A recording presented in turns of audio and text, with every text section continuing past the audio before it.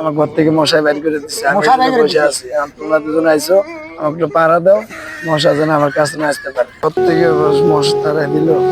কোনে যাবো আমি? এই দুঃখের কথা কারে কি বলবো? আমার যে সমস্যাটা আমি কারো দেখলাম না। দোস্ত ঈদের ছুটি তো 7 দিন কেটে গেল, অফিসে তো যাওয়া লাগবে, কালকে তো অফিস কিছু বোঝো না কে পয়সা কেটা।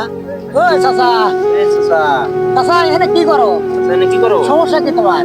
এই রাস্তাঘাটে এই জায়গায় গাড়ি মারি যাও, আমরা গেছিলাম ওই পাশে গেছিলাম, বাগান বাদ গেছিলাম।